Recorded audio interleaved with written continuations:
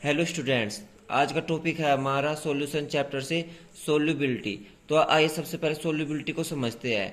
Solubility का meaning होता है the maximum amount that can be dissolved in a specified amount of solvent. इसका meaning क्या हुआ कि सोलवेंट में जो मैक्सिमम अमाउंट को हम डिजोल्व कर सकते हैं किसी फिक्स टेम्परेचर पर, उसे हम क्या कहते हैं? सोल्यूबिलिटी। अब बात करते हैं कि सोल्यूबिलिटी डिपेंड किसके ऊपर करती है। First point, on nature of solute and solvent. तो आपका सोल्यूट और सोलवेंट किस तरीके का है उस पर डिपेंड करता है आपका सोल्यूबिलिटी। सेकंड, आपका टेम्परेचर पर डिपेंड करता है।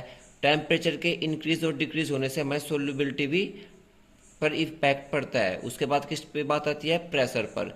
अब बात करते हैं effect of temperature on solubility of solid in liquid.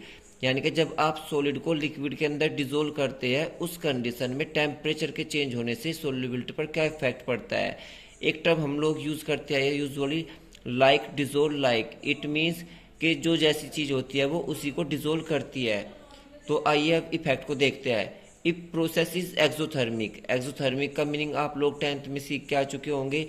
Exothermic जिसमें हीट रिलीज होती है। तो एक्सोथर्मिक रिएक्शन होने पर अगर आप टेम्परेचर को इंक्रीज करते हैं तो सोल्यूबिलिटी पर क्या इम्पैक्ट पड़ेगा? सोल्यूबिलिटी आपकी उस कंडीशन में डिक्रीज होगी।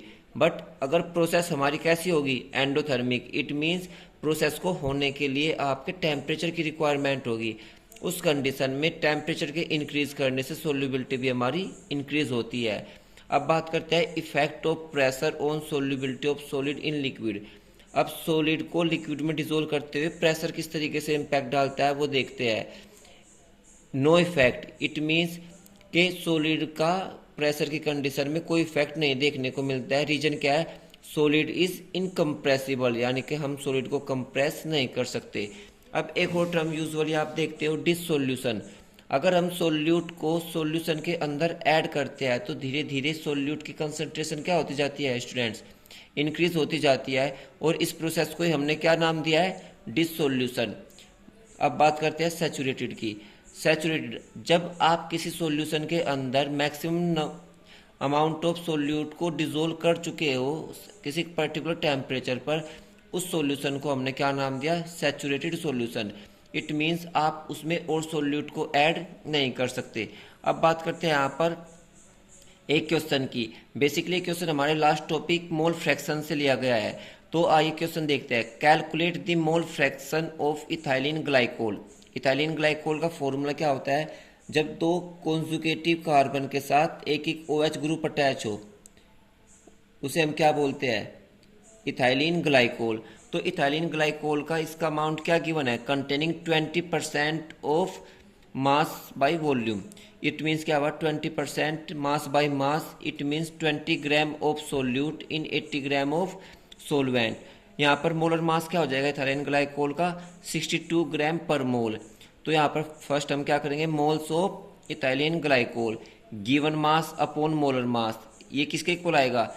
0.332। अब कैलकुलेट कर लेते हैं मोल्स ऑफ वाटर। यहाँ पर सोल्यूट हमारे पास कितना बना था? 80 ग्राम। और मोलर मास वाटर का कितना होता है? 18 ग्राम। तो 80 को हम 18 से डिवाइड करेंगे, क्या बनेगा? 4.44 मोल। अब हमारा जो मोल फ्रैक्शन का फॉर्मूला होता है वो होता है number of moles of one component upon total number of moles of all component. तो यहाँ पर ग्लाइकोल का मोल्स कितने हैं? 0.332।